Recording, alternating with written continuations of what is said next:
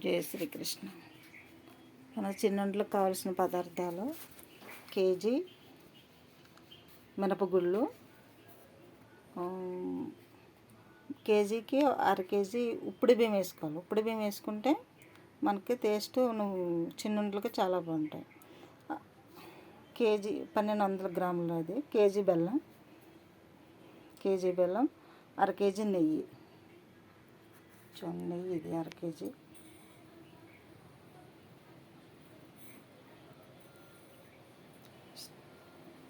అంటే ఒరిజినల్ మళ్ళీ మనకి స్ట్రాంగ్గా కనిపిస్తుంది అన్నమాట. నెయ్యి అర కేజీ.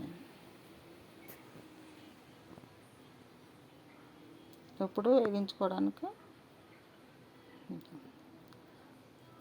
వేగించిన తర్వాత మిల్లు పట్టిన తర్వాత అప్పుడు బెల్లం కూడా తురుముకిని మనం వేసుకోవాలండి. తురుముకిని వేసుకుంటే చిన్నుండలకి చాలా బాగుంటుంది గ్రేవీ.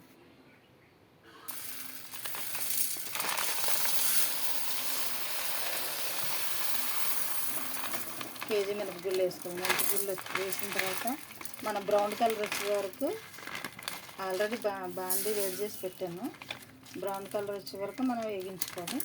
పక్కన పెట్టుకుని తర్వాత బియ్యం వేగించుకోవాలి. ఇప్పుడు బియ్యం అందులో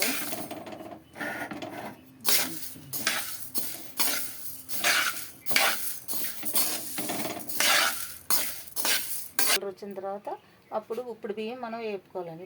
ఇప్పుడు బియ్యం వేసుకోవాలి, పచ్చి బియ్యం వేసుకోవాలి. పచ్చి బియ్యం వేసుకుంటే టేస్ట్ ఉండదు చిన్నుండలో. బ్రౌన్ కలర్ వచ్చేసినాయి అంతా వేగించిన తర్వాత. పూర్వం అయితే ఇంటి మినుములు వేగించి ఇసిరి చేసేవారు మా అమ్మగారు వాళ్ళ, మా బాప వాళ్ళ. ఇప్పుడు అన్నీ అవైలబుల్గా ఉన్నాయి కాబట్టి ఇప్పుడు ఇబ్బంది ఏం లేదు. బ్రౌన్ కలర్ వచ్చేసింది. బ్రౌన్ కలర్ వచ్చింది. వేరే గిన్నె వేసుకుని మనం మళ్ళీ బియ్యం వేసుకోవాలి.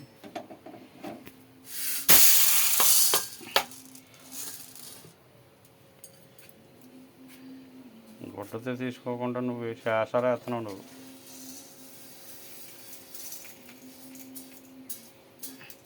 ఇంకెంత మూకుడు ఉంది, ఇంకేం మూకుడు అవసరం ఉంటుంది మనకి. మూకుడు కొనాలంటావు. ఇది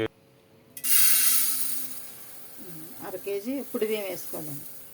కేజీ మినపగుళ్ళకి అర కేజీ బియ్యం ఉప్పుడు బియ్యం వేసుకుంటే సరిపోతుంది. వేసుకుంటే యాలక్కాయలు వేసుకోవచ్చు, లేకుంటే యాలకులు కూడా వేసుకోవచ్చు.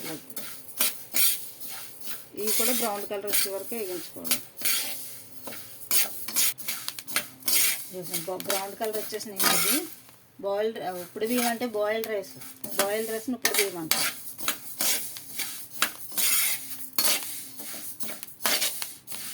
మామిడికంపు వచ్చేస్తాను. గ్యాస్ కట్టేస్తున్నాను. ఇంకా కూడా దీంట్లో ఇస్తానుకోండి అవి వేగుంటాయి అన్నమాట. తర్వాత రెండు కలిపేసి చల్లారిన తర్వాత మిల్లు పట్టిస్తే అప్పుడు మనం చిన్నలో కేజీ బెల్లం,